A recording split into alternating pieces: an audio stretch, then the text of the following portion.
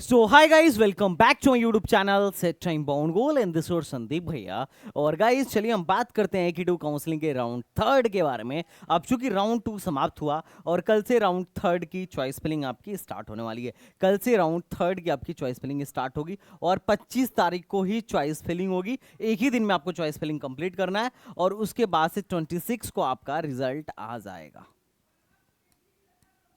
बोलोगे सर नया क्या है? मैं बताता हूं नया क्या है, और नया ही नहीं बहुत ही ज्यादा इंपॉर्टेंट भी है। अब इंपॉर्टेंट क्या है इसमें, let me tell you. Important ये है कि पहली बात, आपकी जो सब कैटेगरी थी ना, खत्म हो चुकी है। ठीक है, जैसे डिफेंस कोटा, आर्म्ड फोर्सेस, ये सारी कैटेगरी जो सब कैटेगरीज थी वो खत्म हो चुकी हैं। अब किसको सबसे ज्यादा इसमें फायदा होगा? क्या जनरल वालों को होगा क्या? अब कुछ चूंकि कुछ काउंसलर फ्लो फ्लो में बोल देते हैं कि कैटेगरी खत्म हो गई है, पर वो कैटेगरी खत्म नहीं हुई है। ठीक है, वो सब कैटेगरी खत्म हुई है और आपकी जो कैटेगरी है इस राउंड में खत्म होगी। तो अब चूंकि जितनी कैटेगरी की सीटें हैं, जितने बंदे हैं सारे कैटेगरी वालों, उनको भर दी जाएंगी। अब जब उनको भर दी जाएंगी तो क्या होगा, उसके बाद भरने के बाद भी अगर सीटें ओपन रह जाती हैं तो उनको, जैसे एससी वाली सीट को ओपन में शिफ्ट कर दिया जाएगा और ओबीसी वाले सीट को भी ओपन में शिफ्ट कर दिया जाएगा। लेकिन ईडब्ल्यूएस वाली सीट को कहीं शिफ्ट नहीं किया जाएगा। ईडब्ल्यूएस वाली सीट ईडब्ल्यूएस में ही रहेगी स्पॉट राउंड तक। तो चूंकि जो लोग कैटेगरी वाले हैं, जो लोग कैटेगरी वाले बंदे हैं, उनसे मैं यही रिक्वेस्ट करूंगा कि इस बार सबसे ज्यादा सावधानी से आप चॉइस फिलिंग करिए। हाँ, और उसके बाद जितना ज्यादा से ज्यादा चॉइस, इफेक्टिव चॉइस हो सके, आप उसको बढ़ाइए। ठीक है, क्योंकि आपको इसमें सबसे ज्यादा फायदा होने वाला है। इस राउंड के बाद से आपकी कैटेगरी खत्म हो जाएगी, उसके बाद से सब कुछ ओपन में होगा। ठीक है, जो फाइनल राउंड होता है वो सब कुछ ओपन में होता है। अब और क्यों इंपॉर्टेंट है? इंपॉर्टेंट इसलिए भी है क्योंकि ये लास्ट चॉइस फिलिंग है। ये लास्ट चॉइस फिलिंग है। इसके बाद एकेटीयू में there is no choice filling in AKTU. इस पॉइंट के बाद आपका एकेटीयू में कोई चॉइस फिलिंग नहीं होने वाला है। तो मैं आप सारे लोगों से यही रिक्वेस्ट करूंगा कि इसको बहुत सोच समझ के करिए। आप सोच समझ के क्यों करिए, मैं बताता हूं। क्यों सोच समझ के करिए, क्यों सोच समझ के करिए।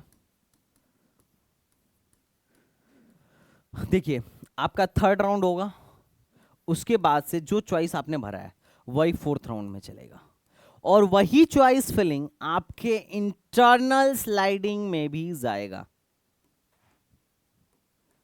अब जब वही चॉइस फिलिंग आपके इंटरनल स्लाइडिंग में भी जा रहा है तो आपको इस बात पे ध्यान देना चाहिए कि आपकी चॉइस फिलिंग इस कदर होनी चाहिए कि आपको इंटरनल स्लाइडिंग में भी फायदा मिले। अब इंटरनल स्लाइडिंग क्या है? तो इंटरनल स्लाइडिंग में क्या होता है कि विद इन द कॉलेज आप ऊपर के ब्रांचेस के लिए जाते हैं। जैसे मान लो आईआईटी लखनऊ में किसी बंदे को इलेक्ट्रिकल मिला है, तो बहुत हद तक 90% 80% तक मान के चलो चांस पहले पिछले साल तक ये रहता था कि उसको अगले मतलब इंटरनल स्लाइडिंग में उसका स्लाइड होके इलेक्ट्रॉनिक्स तक चला जाए। या किसी को केनाइटी सुल्तानपुर में मिला है इलेक्ट्रिकल, तो वो स्लाइड होके इलेक्ट्रॉनिक्स तक चला जाए। अच्छा, ये विद इन द कॉलेज होता है, सब में नहीं होता। मतलब हर एक कॉलेज से दूसरे कॉलेज में नहीं होता है, विद इन द कॉलेज होता है। मतलब तुम जिस कॉलेज, किसी कॉलेज के किसी पर्टिकुलर ब्रांच में अगर आप हो तो आप उसके अपर ब्रांचेस के लिए भेज दिए जाते हो अगर उसमें सीटें वैकेंट हैं तो। लेकिन अब चूंकि पहले ऐसा होता था ना कि बहुत सीटें वैकेंट रहती थी तो सबकी किस्मत खुल जाती थी। इस साल थोड़ी कम सीटें वैकेंट रहेंगी, लेकिन फिर भी थोड़ी बहुत तो रहेंगी ही रहेंगी। तो आपको ऐसी इस कदर चॉइस फिलिंग करना होता है कि चॉइस की आपको क्या है, इंटरनल आपको इस कदर चॉइस फिलिंग करना होता है कि इंटरनल स्लाइडिंग में आपको फायदा ही फायदा हो, ऐसा ना हो कि नुकसान हो। क्योंकि आप ना हाथ मलते रह जाओगे और आपसे बेकार रैंक वाला अच्छी चॉइस फिलिंग करके एक अच्छे से डिसेंट कॉलेज में इंटरनल स्लाइडिंग में पहुंच जाएगा। आपकी जानकारी के लिए मैं बता दूं कि प्राइवेट में कोई इंटरनल स्लाइडिंग नहीं होती है, प्राइवेट में कोई स्पॉट राउंड नहीं है। जो है सब सारी की सारी गवर्नमेंट कॉलेज में ही है internal sliding and spot round. तो you have to be keep all this point in your mind, क्योंकि इसके बाद ना तो कोई चॉइस फिलिंग होगा, ना तो कोई चॉइस में अल्टरेशन होगा, ना ही कोई चॉइस में मॉडिफिकेशन होगा। तो मैं आप सब लोग से कहूंगा कि अगर आपको किसी, पहली बात तो आप फ्रीज करो ही मत। हाँ, अगर आपको पहला चॉइस मिल गया, आपने पहले नंबर पे जो डाला है, जो मोस्ट वांटेड है, अगर वो आपको मिल जाता है तो ही फ्रीज करो, अदरवाइज हमें काउंसलिंग में फ्रीज करना ही नहीं चाहिए। हमें हमेशा फ्लोट करना है। फ्लोट करने में कोई घाटा नहीं है, कोई नुकसान नहीं है, बशर्ते आप सही से कायदे के साथ फ्लोट करिए। अगर आप लुल्ल आदमी की तरफ फ्लोट करेंगे, चोमू जैसे काम करेंगे, तो हो सकता है आपका नुकसान हो जाए। उस केस में आप हमें मत कहिएगा। लेकिन अगर आप सही गाइडेंस में रह के सही तरीके से काम कर रहे हैं तो कोई घाटा नहीं है, आपको हमेशा फ्लोट करना चाहिए। ठीक है, तो आप अभी भी फ्लोट करिए। और मैं तो कहूंगा तीसरा राउंड, अब ऐसा आप चॉइस फिलिंग करिए कि आपको फ्रीज करने का नौबत ही ना आए, चौथे राउंड तक आप फ्लोट करके जाइए। जितना बेस्ट हो सकता है उतना बेस्ट हो। जिसको एकेजी में मिला है वो जेएसएस के लिए ट्राई करे, जिसको एबीएस में मिला है वो एकेजी और काइट के लिए ट्राई करे, जिसको आरईसी मिला है वो आईटी एनआईटी बीआईटी और एआईटीएच के लिए ट्राई करे, जो आईटीएच जिसको जेआईटीएच मिला है वो आईटी एनआईटी बीआईटी के लिए ट्राई करे, जिसको बीआईटी में एडमिशन मिला है वो आईटी के लिए ट्राई करे। बट आप ट्राई करिए बेटर कॉलेज के लिए। पिछले राउंड का कट ऑफ देख के आप ये मत सोच लीजिए कि मुझे मिलेगा ही नहीं। अगर आप ये सोच के फ्रीज कर रहे हैं तो आप बकलोल हैं, है ना, आपको काउंसलिंग आती ही नहीं है। और अगर कोई ये मेंटर आपको या कोई काउंसलर आपको ये बता रहा है कि नहीं नहीं तुम्हें मिलने वाला नहीं है, फ्रीज कर दो, तो वो भी बकलोल है। ठीक है, तो आपको ये नहीं करना है, आपको हमेशा ट्राई करना है, लास्ट पॉइंट तक ट्राई करिए। फ्रीज करेंगे आप बाहर हो जाएंगे राउंड से, तो राउंड से बाहर नहीं होना, अपने को खेलना है। अपन लोग जितना ज्यादा तक खेल सकते हैं, जितना बेटर बनाने की कोशिश कर सकते हैं, उतना बेटर आप बनाइए। अच्छा, लगे हाथ में आपको रिफंड रूल से भी अवगत करा देता हूं। रिफंड रूल क्या है? जिन लोगों ने राउंड 2 के बाद रिफंड मारा था उनको 15,000 वापस मिलेगा, और थर्ड राउंड खेल के अगर आप रिफंड मारते हैं तो उनको 10,000 वापस मिलेगा। और फोर्थ राउंड खेल के आप, फोर्थ अपना लास्ट राउंड है, उसके बाद सिर्फ इंटरनल स्लाइडिंग है, तो उसको आप एज अ राउंड मत कंसिडर करिए। फोर्थ राउंड के बाद से आपको 0 रुपीज वापस मिलेंगे। तो ये आपका रिफंड रूल है। रिफंड के लिए कुछ नहीं करना है, विड्रॉल का ऑप्शन आता है, विड्रॉल के ऑप्शन पे क्लिक करना है, बैंक डिटेल भरना है और कैंसिल चेक भर देना है। कैंसिल चेक भर देना है। आप कैंसिल चेक भरने के बाद से सिंपल है, कुछ नहीं करना है। अच्छा, जो बैंक डिटेल भरिएगा उसी का कैंसिल चेक लगाइएगा।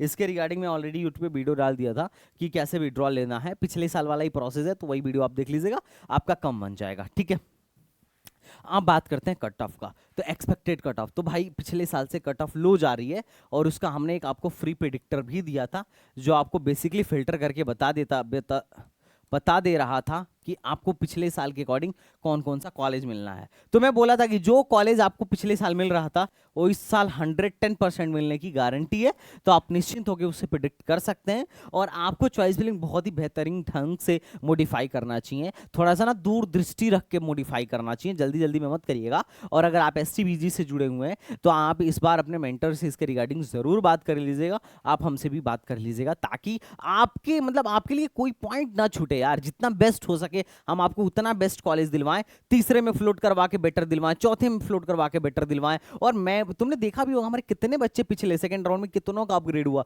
मोस्टली बच्चों का अपग्रेड हुआ, कुछ कुछ का नहीं भी हुआ।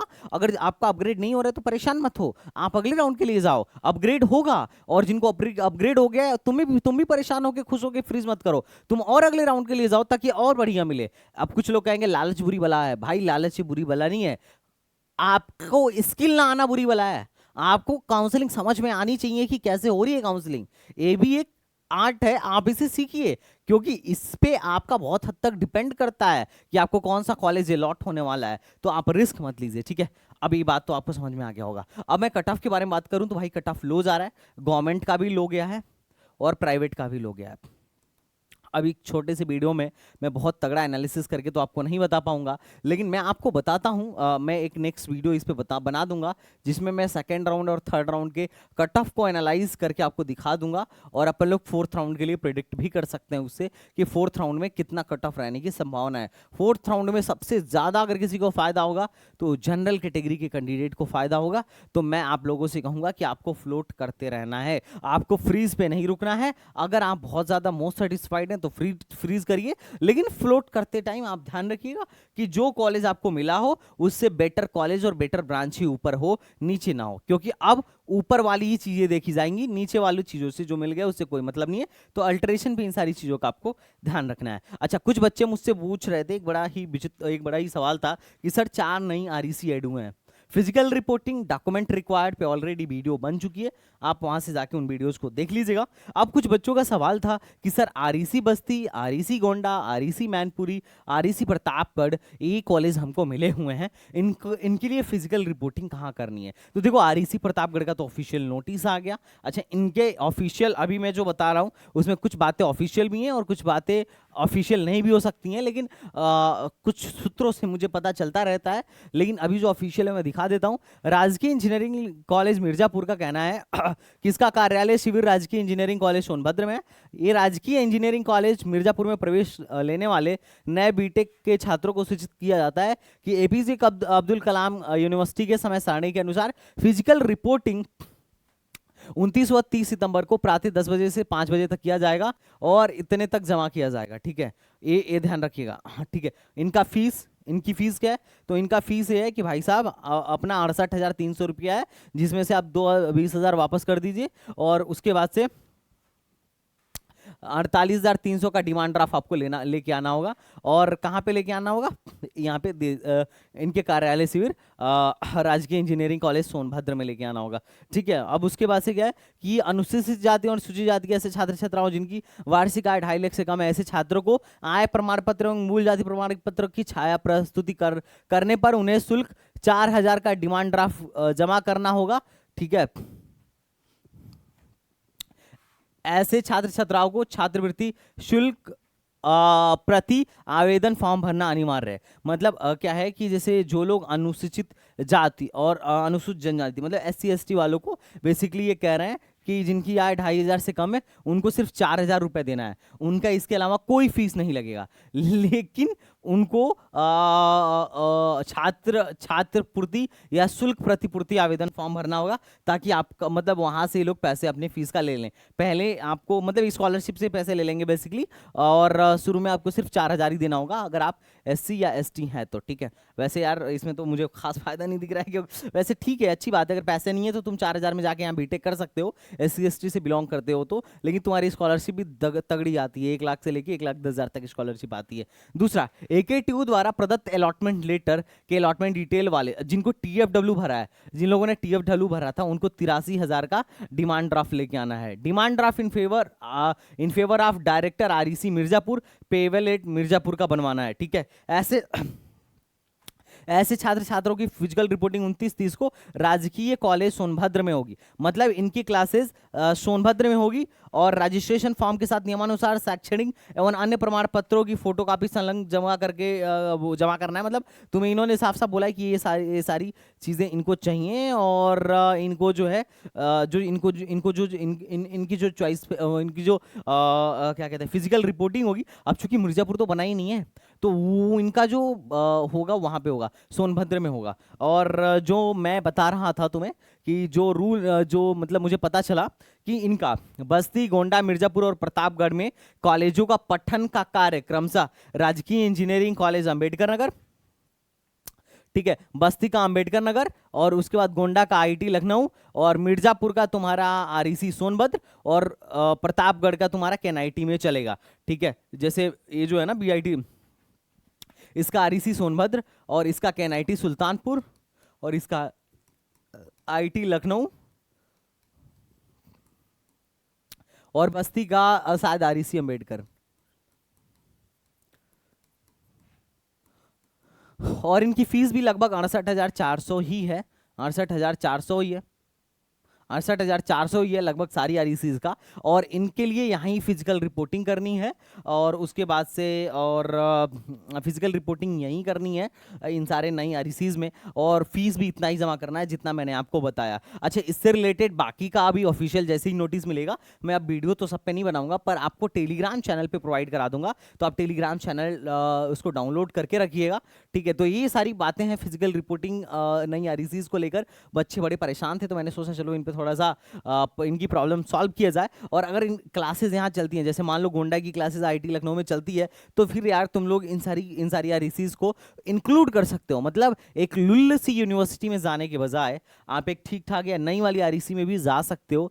फायदा क्या होगा? फायदा ये होगा कि वहां पे आईआईटी की लैब्स यूज कर सकते हो, आईआईटी की चीजें यूज कर सकते हो, आईआईटी का एटमॉस्फेयर मिलेगा, वहाँ अच्छे बच्चे पढ़ने जाते हैं आईआईटी लखनऊ में, आपसे तो 10 गुना बेहतर बेहतर। मतलब वहाँ सीएससी में वो पढ़ रहा है जिसकी 50,000 के अंदर रैंक है, तो आपसे आपको एक अच्छा एटमॉस्फेयर और एक अच्छा मतलब इन्वायरमेंट देखने को मिल जाएगा अगर आपकी क्लासेस आईआईटी लखनऊ में चलती हैं तो। और अगर वहाँ पे वहाँ का मतलब ऐसा जैसे अब क्या हुआ था, ऐसे ही ट्रिपल आईटीज में बहुत पहले की बात है, ट्रिपल आईटी इलाहाबाद में ट्रिपल आईटी लखनऊ की क्लासेस चला करती थी। अब क्या हुआ ना कि ट्रिपल आईटी लखनऊ का कैंपस बना नहीं था, अब उनका प्लेसमेंट भी ना ट्रिपल आईटी इलाहाबाद वालों के साथ होने लगा।